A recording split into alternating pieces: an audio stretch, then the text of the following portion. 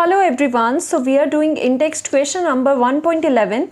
Calculate the mass of ascorbic acid which is your vitamin C whose formula is C6H8O6 to be dissolved in 75 gram of acetic acid to lower its melting point by 1.5 degrees Celsius where the Kf value for the solvent is equal to 3.9 Kelvin kg per mole. यहाँ पर आपका solvent जो है that is your acetic acid, तो इन्होंने यहाँ पर value given करी है राइट। एक्चुअल में क्या हो रहा है, we are making a solution. Firstly क्या था, फर्स्टली आपका यहाँ पर एसिटिक एसिड था प्योर फॉर्म में, एसिटिक एसिड था क्योंकि ये यहाँ पर इन्होंने सॉल्वेंट लिया है, उसमें आप एस्कॉर्बिक एसिड जो कि आपकी विटामिन सी है, विटामिन सी यहाँ पर डाल रहे हो।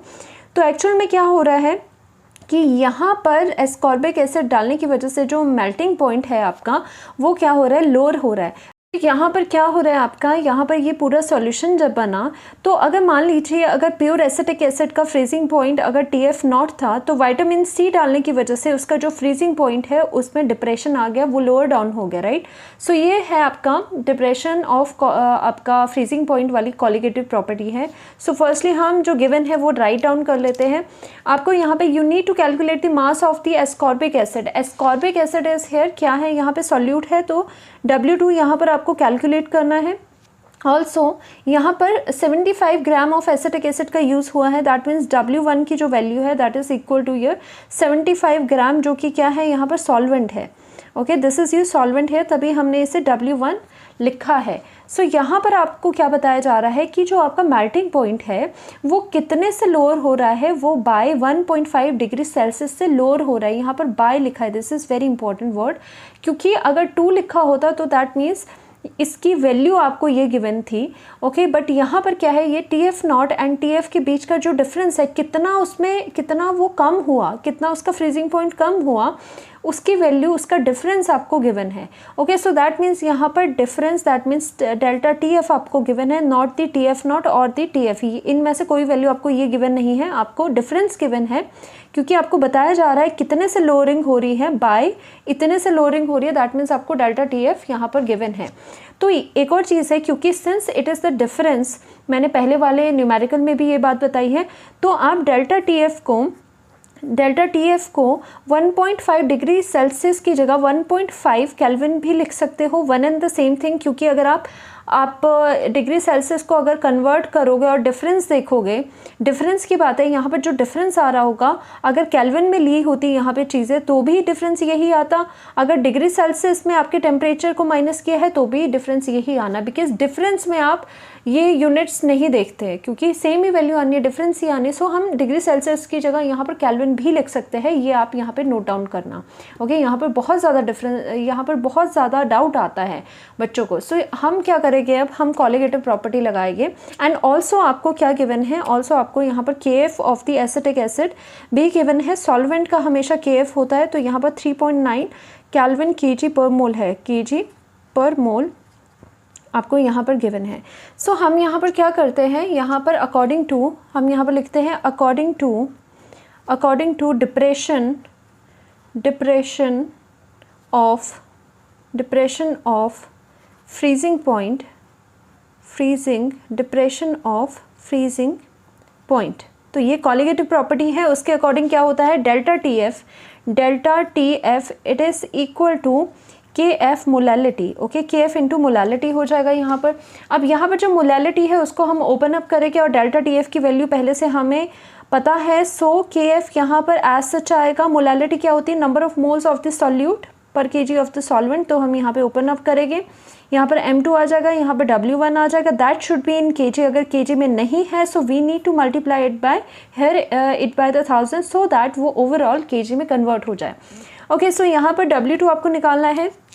सो हम क्या कर सकते हैं, यहाँ पर W2 उधर को लिख ले, W2 it is equal to कितना आ जाएगा, डेल्टा TF, बाकी सब चीज़ें उधर को हो जाएगी, डेल्टा TF इंटू ये वाली चीज़ यहाँ पर हो जाएगी W1 into W1, that should be in kg।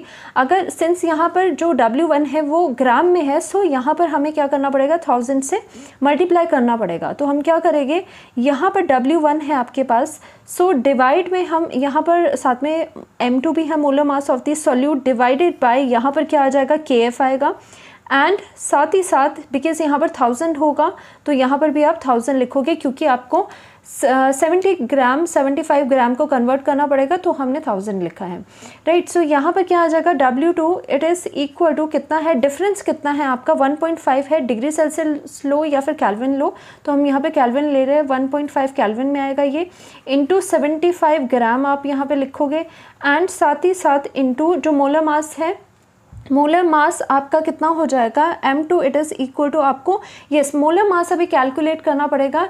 This is the molecular formula of the vitamin C. So यहाँ पर हम मोलर मास कैलकुलेट कर लेते हैं। Molar mass of ascorbic acid जिसका formula C6H8 C6H8 and O6 वो कितना आ जाएगा, carbon is having 12 atomic mass. So यहाँ पर कितना हो जाएगा, हाइड्रोजन का 1 होता है 8 प्लस यहाँ पर 6 into 16, so you are getting यहाँ पर आपका 176 ग्राम पर मोल आ रहा है।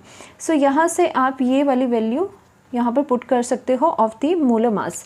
सो मोलर मास आपका कितना है 176, दैट इज़ इन ग्राम पर मोल, ग्राम पर मोल है आपके पास, डिवाइडेड बाय आपका जो डेल्टा TF है, डेल्टा जो TF है इट इज़ इक्वल टू कितना है आपका 1.5 नो डेल्टा TF आपने कर दिया, KF value is now equal to 3.9 kelvin kg per mole and यहाँ पर आपका यहाँ पर कितना है आपका यहाँ पे 1000 है।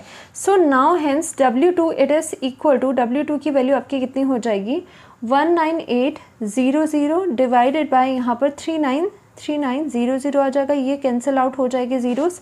And now W2 the mole the given mass of the solute that is the ascorbic acid it is equal to 5.079 gram, which is nearly equal to W2 it is equal to, we can also write 5.08 gram.